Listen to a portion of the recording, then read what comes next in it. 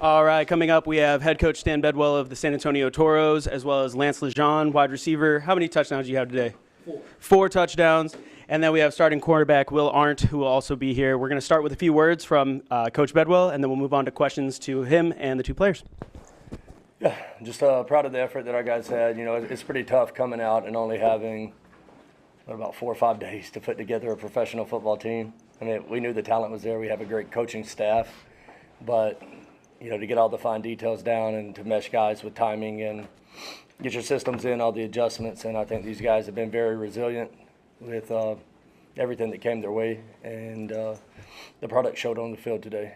So, what we talk about is it's not about who's on the other side. What we're trying to do is get these guys to the highest levels possible. So I tell them don't play to the competition of the team in the other jersey. What we're doing is playing at the level that we aspire to reach. And I think they did that today. The results showed on the field, and couldn't be more proud of the guys. Coach, a lopsided win, obviously. But, what do you take away from this? Thank you. What do you take away from a game that you guys just totally dominated on both ends of the field? You can't worry about the other team. You can't worry about the scoreboards. You can't worry about the other team. Our motto as a team is play the next play. So, whether it's in life or in football, you're facing adversity. You can't go back in time. All you can do is go out the next time and try to be better. And so, for us, it's really, I could answer the same question every time I'm asked all year. It's going to just be about these guys executing what they do, us worrying about what we do, and the result on the scoreboard will take care of itself. So that's not even something we worry about, whether it was 21-14 or 71-0. We just want to go out, play as hard as we can, the 11 guys we have on the field, and try to execute. With a short turnaround from the preseason to the regular season, with like a week preparation, how do you get your team ready for when the games really count? Just keep doing the same thing we're doing now. Everything we're doing, it's all about repetition. So for us, it's like if I'm shooting free throws or throwing darts, the only way I'm going to get good at it is to do it over and over again. So I think these guys have been a bit upset with me during this whole week because every ball that they're catching, they're finishing, they have to go and score every single time. The only way I get good at throwing those darts or shooting those free throws is to do it over and over again.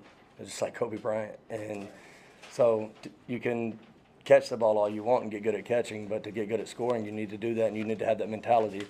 And I think that showed when you saw so many yards after catch. I mean, I think we had one ball that went further than maybe one completion in the second half that was further than 5 yards downfield, and we had 2 or 3 really long plays, and I think it just attributes to that finishing every single play. One more question. Lance? Yeah. You had 4 touchdowns, right? Is that the most in your career? It is. It is? And did it ever lose its luster after every catch? I mean, how did it make you feel? Because you set new Toros history with the first touchdown ever. How did that feel for you? Yeah, it was a good opportunity, to showcase what we could do on the field. Like Coach said, we've been practicing, how we want to perform. And the 2 days helped. The continuous trying to detail work at a high level. And I just came out here and do what we've been doing. Nothing special. Thank you. James Larson, Pro Football Newsroom. Will, I wanted to ask you about your journey. You're here, you're still balling. I know you've been, doing some acting and some other things on the side. Just what's it been like through your journey so far? He knows to wait for the mic. It's a good question, James. Football has always been first in the center of my life. So whether that is coaching or football or helping kids in my community or continuing to stay ready in training when those opportunities weren't in front of me to play, I always kept the main thing. And I'm really blessed to be able to play for this organization and be able to get out in the football field today. And, little things like, throwing touchdowns and stuff is fun, but it's cool to get with a guy like Lance and throw him 4 touchdowns and showcase what he can do. Or for me, getting knocked in my butt the first time today, like those are the little things that I missed about playing football, and it was a lot of fun today. But I know there's gonna be a lot to clean up when we watch the film, and we're gonna need to be on these details and stuff because they're gonna be close games this year. But football's always been first in my life.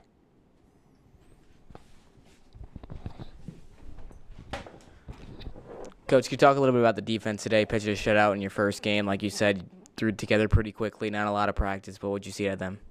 Oh, man, I see them every day in practice. So there was nothing out there that really surprised me, and I'm just getting a chance right now to look at the stats. And, I mean, it speaks for itself what they did out there. But, you know, we always say, and I think it's pretty cliche that every team says, oh, the best offense you're going to face is in practice, or the best defense you're going to face is in practice. And in my mind, and I'm 100% confident in saying all year long the best defense we're going to face is out there. The best defensive coaching staff we're going to face is out there. And the best offense they're going to see is right here. And so, you know, yeah, I see how they work. I see how the defensive staff works, you know, in the meeting room, the time they put in with the guys. And no surprise, Jerry Glenville's been doing this longer than we've all been alive. So you know, for me, it's just it's a really cool experience getting to work with the guy that, you know, you grow up watching on TV, and I'm not going to say idolizing, but I thought he was pretty dang cool, wearing the all black with the sunglasses and the cowboy hats. And it's just a great experience working with him and the staff. So no surprise with what the defense did. None at all. Still kicking it. Still kicking it. All right, Will, another question for you. James Baker, Pro Football Newsroom. Looking over these stats, like Coach was saying, more touchdowns and incompletions. Just how does it feel coming into the city, quarterback one, getting your first chance to play out here and putting up a performance like that? Yeah, I guess that is kind of a cool stat. I'll attribute that to more Coach Bedwell's system.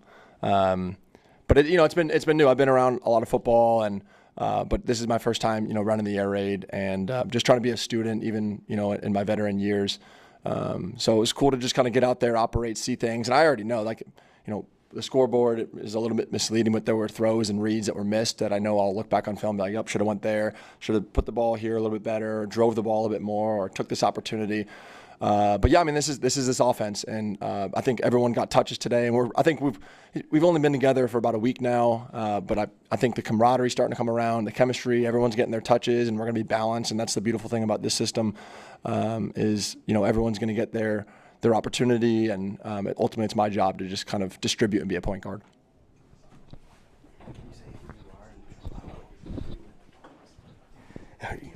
Jeff Garcia, Toros official team writer. Yeah, I know. I just found out you were Jeff Garcia right now.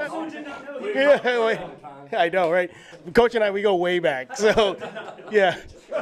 That's where he's like, okay, I guess I'll introduce myself. Finally meet you.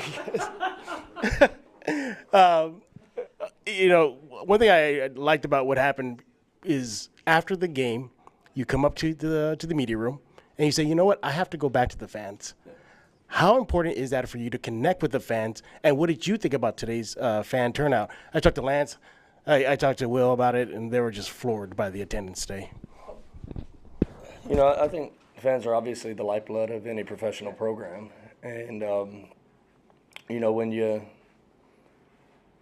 look at the game, the location being changed at short notice and it being on a holiday, I thought it was a great crowd out there. I told these guys that if this was a UFL broadcast, they would have said it was 9,826 fans in attendance.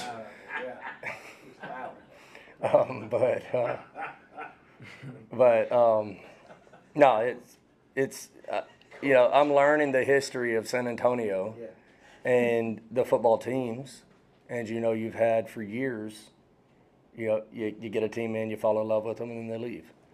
And for us, we're having to gain that trust back. And so, yeah, every opportunity that we can for these guys to get down there and engage with fans, or for myself, is something that we want to do. And, yeah, so for me, that's the most important thing. If they come here, they have fun, you know, they're going to come back. If they're treated with respect, like they're somebody that we actually care about, and we do, then they'll be back. And, you know, it takes a village.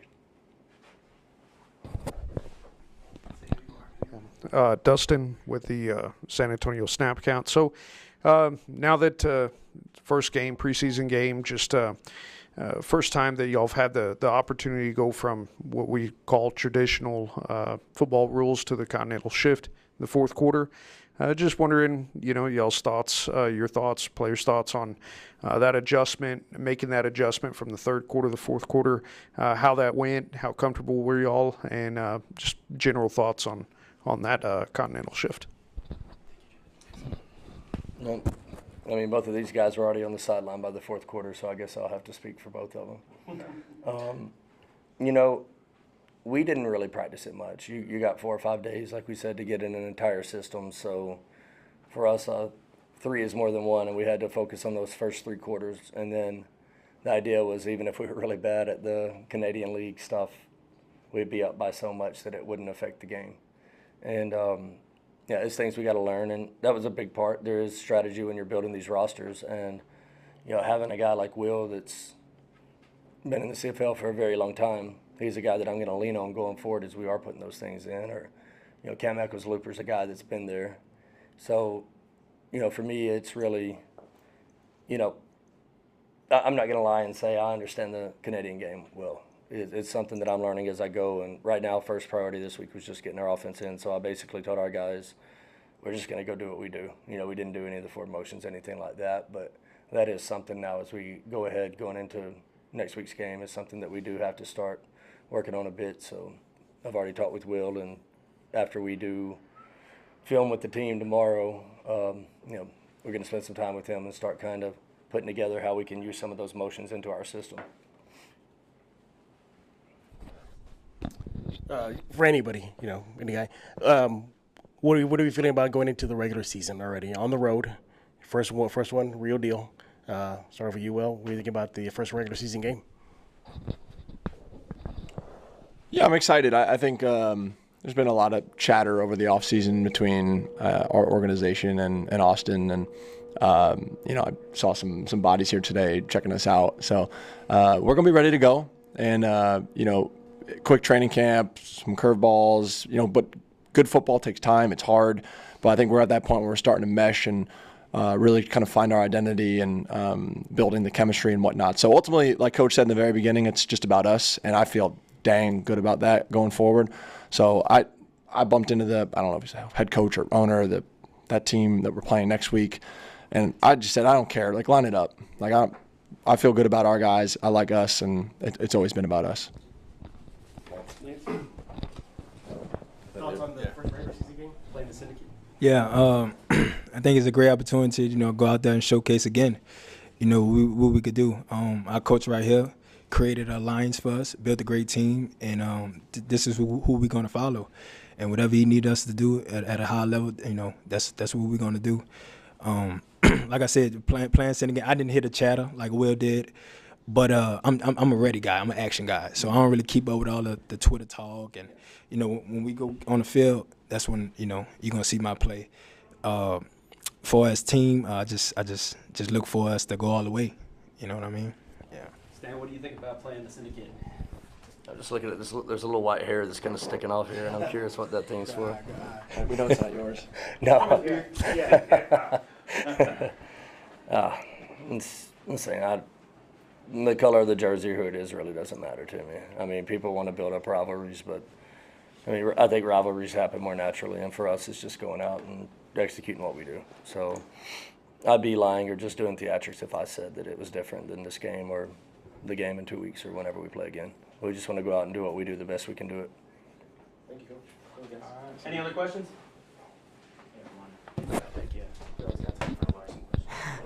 Coach, I wanted to ask about, your offense, kind of the inspiration. You run the air raid, you work with Hal Mummy a bunch. I remember watching you in the spring league with him a few years back. Can you just talk about, his inspiration and what you do now as a coach? Yeah, absolutely. I can remember back in the late 90s when I was a kid. So I'm from southern Arkansas, and Arkansas used to play one SEC game a year in Little Rock because the University of Arkansas is up in northwest Arkansas, about 4.5 hours from us. And back now 4.5 hours seems like nothing, but back then that you'd have to stop 2 nights on hotels to drive up 4.5 hours, it seemed like. And so when they'd come down and play in Little Rock in the center of the state, that was a big thing for everybody that wasn't up there in that area. So, I remember going and watching a couple games as a kid, and one of those was Kentucky at Arkansas, and I think it was Coach Leach's first Coach Mummy and Coach Leach's first game there with Tim Couch, and they were throwing the ball all over the place, and I was just mesmerized. I was from a wing T high school. Yeah, I threw 9 passes as a senior, so for me, I was just like, they threw more passes in the first quarter than I did my whole high school career. So I was pretty amazed by it, and then following, Coach Leach through his rise at, Texas Tech and then on to Washington State and, Mississippi State, everywhere he was. I mean, it's something I was always amazed by. And I like guys that do something different and they don't really care about what other people think. They're not trying to fit in, they're trying to stand out. And, for me, I very much appreciated that and admired that. So when I got the opportunity a few years down the road, because I'd learned the offense from some clinics, actually met Coach Mummy a time or two, and his son Matt spent some time with me, really taught me the offense, even more so than Coach Mummy. And then in 2014, saw him at a clinic, and I guess impressed him in conversation. He offered me a job on his staff, and since then, I had the opportunity to learn from the best, the guy that created it. And so, I mean, yeah, it's a huge part. What I'm doing is not any different system-wise. I mean, there might be a different mindset on play calling or, how we're trying to do certain things. It says we ran the ball 22 times. He wouldn't have ran the ball 22 times today. But no, I'm very thankful for him. I'm thankful for him even, it's the sports connections. Coach Glenville's with us because of my connection with Coach Mummy. I met him through Coach Mummy years ago. So, there's a lot of people there, and yeah, I'm very thankful for all of these coaches that I get to work with and learn from. And yeah, it's a blessing. I wouldn't be here without those connections. Yeah, add one thing. Okay, I just wanted, before we get out of here, just take a moment to talk about the job that Coach Bedwell's done here for this team in San Antonio. I know the guy's doing stuff around the clock like you guys wouldn't imagine. He takes this as seriously as anybody. I also want to give a nod to our ownership group. You're just adjusting, pivoting, giving us everything that we've needed as players, and hopefully the people of San Antonio that come out and continue to support us are seeing this as a really good product, and that we're building this thing the right way with home roots. And then also for you guys in the room here, covering it, asking good questions, doing your homework, it's appreciated, and ultimately it starts from here and we build on it. So, I mean, whether it's Juan, you on the camera, or our owners, or Stan being a general manager and putting things in place, or you guys doing the homework and caring about the things that we're doing, it's ultimately where this thing is going to grow from. So I just want to say thank you guys. And the last question from Joshua Mayer. Hi, Joshua Mayer, managing partner, team president of the San Antonio Toros. Everybody's giving you softball questions, Coach, so I'm going to just put it to you like this. Sees you guys were 6 for 7 in the red zone. What are you going to do to clean that up for next game?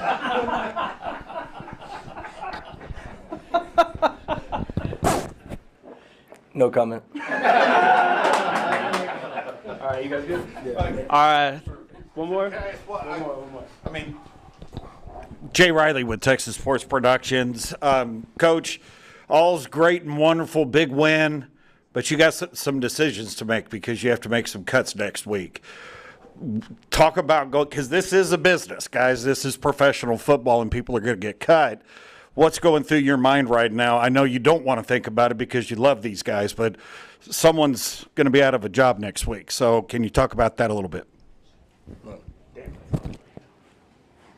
Well, Jay, I was hoping to enjoy the win without you coming and tugging at the heartstrings here, buddy. Can I have a few minutes of fun? Welcome to professional football. No, you've been there. You know what's going on here. Yeah. It's a business. No, you got to be down to what, 41 players? Yeah. I mean, we could carry 40, and then we're going to keep 3 quarterbacks, and so we'll have to keep one that'll be in the hotel and practicing. And, yeah. He's lucky we didn't bring 4. Hey, you didn't have the perfect. You get a Toros beer. I need a Toros beer now. Yeah. All right. I think Nate was 3 for 3 though, Yeah. wasn't he? Perfect. First pass and touchdown. Mm-hmm. Yeah, but no, it's hard. It is very difficult. We had guys already yesterday that we talked to about the situation. So the ones that were, our initial plan was to make the cuts before the game today, and what we wanted to do was,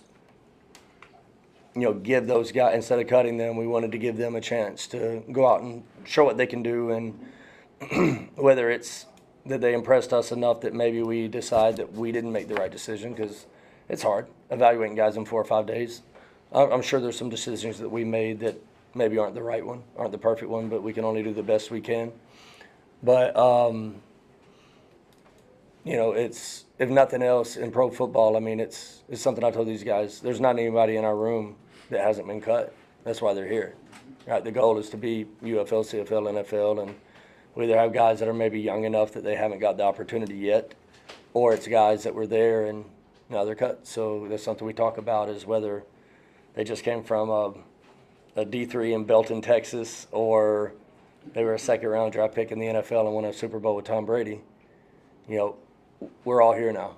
We're all here now. We're all working for the same thing, and we're doing our best to get all of these guys moved on. So even if it's a guy that right now we don't have a spot for, still going to work as hard as we can to find them an opportunity, and that giving them a chance out there to play today, get a little film, maybe that'll help that out. So, yeah, it's ultimately we're trying to take care of people here, trying to take care of all the guys, love all the guys in the room. It's an honor getting to coach them, and yeah, when those decisions are made, they're not easy. And I think that's something that people never really understand in the coaching profession. I have a unique situation that I've been cut a couple times myself. You know, I played for a very long time, so I know what it's like. And I mean, it's just as hard making the cuts as it is being cut. And I think that's something that no one really ever understands. So, you know, it's not something that's easy, but it's something that's necessary. So we'll just do the best we can to take care of the guys that we have to do that with. Congratulations on today. Oh, now you're my buddy again. Now you got to get to smile a little bit. All right. All right. Thank you, everybody. That concludes our press conference. Thank you so much for coming. Thank you so much for covering the San Antonio Toros. We appreciate you, and you are always welcome. Thank you. Thank you.